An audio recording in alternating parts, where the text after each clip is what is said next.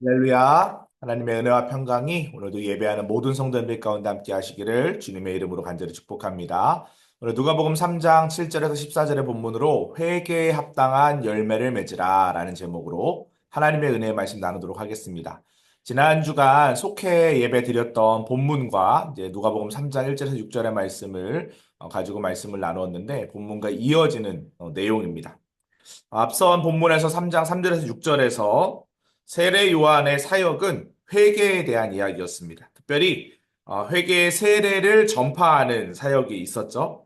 많은 사람들이 그 당시 세례 요한에게 몰려왔습니다. 세례를 받으려고 몰려온 거죠. 근데 요한은 단순히 형식적인 접근에 머물지 말고 회개에 합당한 열매를 맺을 것을 강력하게 요구합니다. 당시 유대인들은 자부심이 있었어요. 어떤 자부심이었냐면 우리가 아브라함의 자손이다 라는 혈통적인 특권 의식에 사로잡혀 있었습니다. 세례 요한은 거기에 안주하면 안 된다. 형식적인 신앙과 종교적인 안일함에 빠져 있지 말아라 라고 이야기합니다. 그래서 요한은 이들을 좀 과한 표현일 것 같기도 한데 독사의 자식들아 라고 이야기하면서 강한 언어로 질책합니다. 하나님은 아브라함의 자손들을 돌들로도 만들 수 있다라고 경고하는 장면이죠. 요한은 이 이야기를 통해서 진정한 회개가 무엇인지를 알려주는 거죠.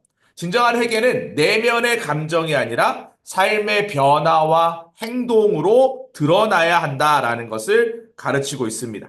그래서 구체적인 윤리적 실천을 이야기하죠. 나눔, 정직, 공의, 이런 것들이 우리의 삶에 동반될 때 진정한 회개가 드러난다라는 것입니다.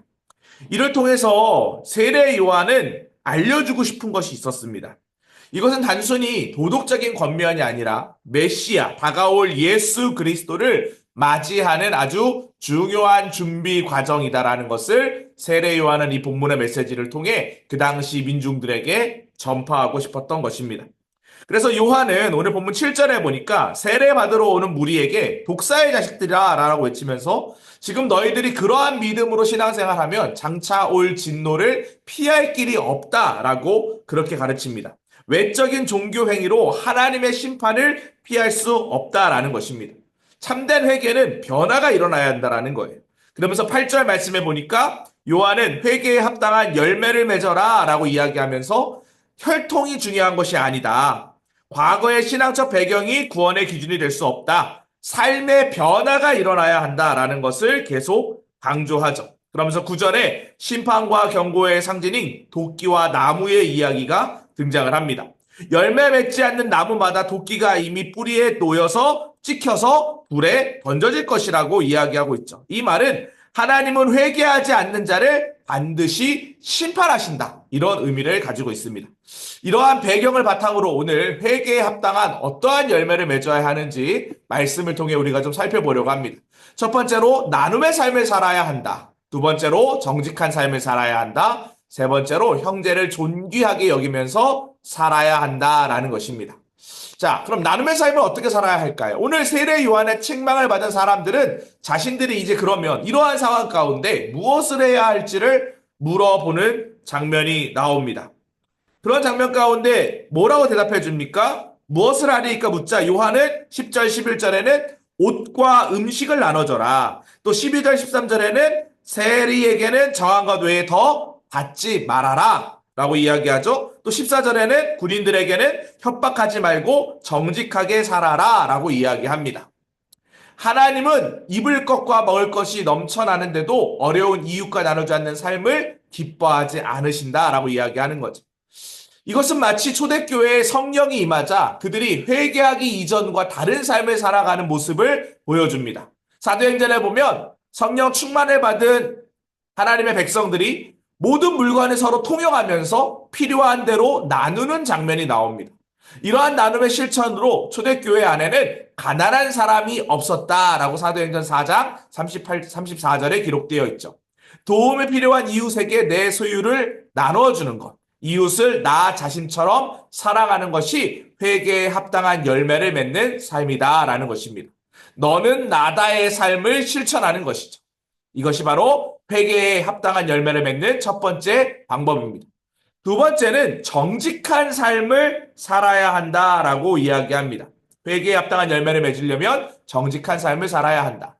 세례 요한은 세리들에게 법으로 부과된 세금 외에도 다른 부당한 방법으로 세금을 걷지 말라라고 아까 10절, 12절, 13절에 그렇게 이야기하고 있죠. 또 군인들에게는 힘과 권력으로 백성들을 강탈하지 말아라. 14절에 그렇게 기록이 되어 있습니다. 나라의 녹을 먹는 사람은 받은 봉급에 만족하라라고 이야기하죠. 이것은 인간 내면에 있는 우리 죄를 거짓과 부정으로 끌어가는 그 삶의 자리를 끊어버리라는 것을 이야기합니다. 회개의 영이 임하면 숨겨졌던 모든 죄와 허물이 드러나 스스로 죄인임을 깨닫게 된다라는 것이죠. 죄를 깨달으면 어떻게 해야 합니까?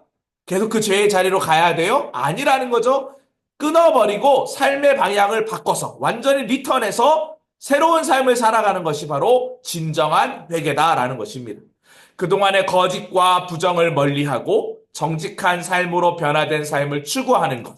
그것이 바로 회개에 합당한 열매를 맺는 삶이다라는 것이죠. 그래서 우리의 과거의 모든 것들이 회복되고 은혜의 자리로 나아가는 것을 믿고 구하는 것입니다. 세 번째로 형제를 존귀하게 여기면서 살아야 한다라는 것입니다. 세례 요한은 회개에 합당한 열매가 삶으로 나타나야 한다라고 말했습니다. 한국 교회는 형제를 존귀하게 여김으로 그 열매를 드러내는 삶을 살아갔죠. 양반 중심의 공동체였던 상동교회는 백정 출신 박성춘을 초대 장로님으로 세웠습니다.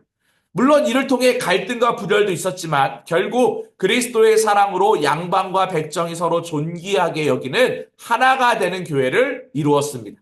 또한 월남 이상자 선생님은 감옥에서 예수님을 만난 이후에 유학자요 벼슬한 자의 교만함을 회개하고 예수 그리스도의 겸비와 사랑을 삶으로 보여주는 인생을 살았습니다.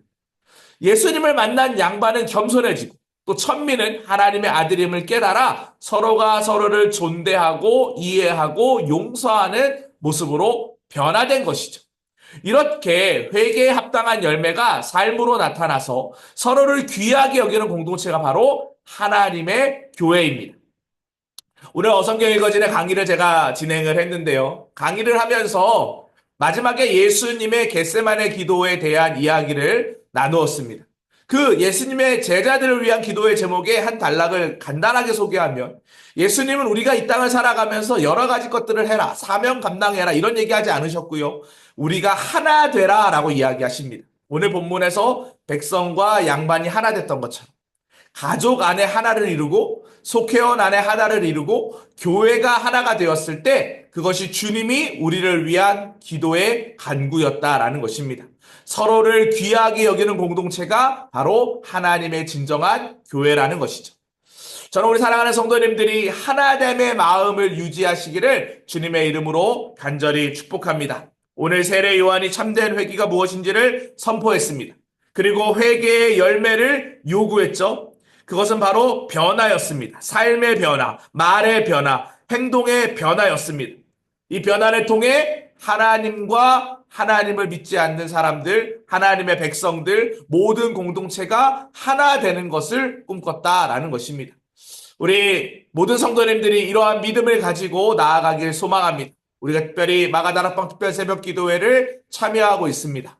더 나은 본향을 향해서 믿음의 순례길을 걸어가고 있죠. 이제 얼마 남지 않았습니다. 끝까지 그 길을 완주하시기 바랍니다. 주님 날아가는 그날까지 포기하지 마시기 바랍니다. 주님의 사랑이 우리 사랑하는 성도님들의 삶의 자리 가운데 함께 하시기를 주님의 이름으로 간절히 축복합니다. 함께 오늘도 기도했으면 좋겠습니다. 회개에 합당한 열매를 맺는 삶을 위해서 또 우리가 이 삶을 드러내는 것이 참 중요한데 나눔과 정직의 삶을 살게 해달라고 교회를 위해서 또 특세를 위해서도 계속 기도하겠습니다. 주여 믿습니다 하시고 기도합니다. 주여 믿습니다. 하나님 참된 회개의 삶을 살길 원합니다. 실제의 삶의 자리에서 실천하는 믿음 갖길 원합니다. 단순한 감정이 아니라 나눔과 정직과 절제로 구체적으로 하나님의 이름을 드러내는 인생 될 수 있도록 인도하여 주시옵소서. 세례 요한이 참된 회개가 무엇인지를 우리에게 알려주었습니다. 회개의 열매를 하나님께서 우리에게 맡기셨다라는 것 또한 알게 되었습니다. 참된 회개는 단순한 말이 아닙니다. 삶의 변화를 동반해야 합니다. 우리가 정말 주님 안에서 하나 되는 믿음을 소유하게 하여 주시옵소서. 하나 되기 위해서는 내가 먼저 죽어야 될 줄 믿습니다. 내 자신을 십자가에 죽이게 하시고 그로 말미암아 주님이 드러나게 하여 주시고 하나님 앞에 정직하게 살아가는 믿음의 사람들 될 수 있도록 인도하여 주시옵소서. 하나님께서 우리의 발걸음을 그렇게 인도하시고 함께하여 주실 줄 믿사오며 우리를 구원하신 예수 그리스도의 이름으로 기도합니다. 아멘. 이와 같은 은혜가 모든 성도님들 가운데 함께 하시기를 주님의 이름으로 간절히 축복합니다.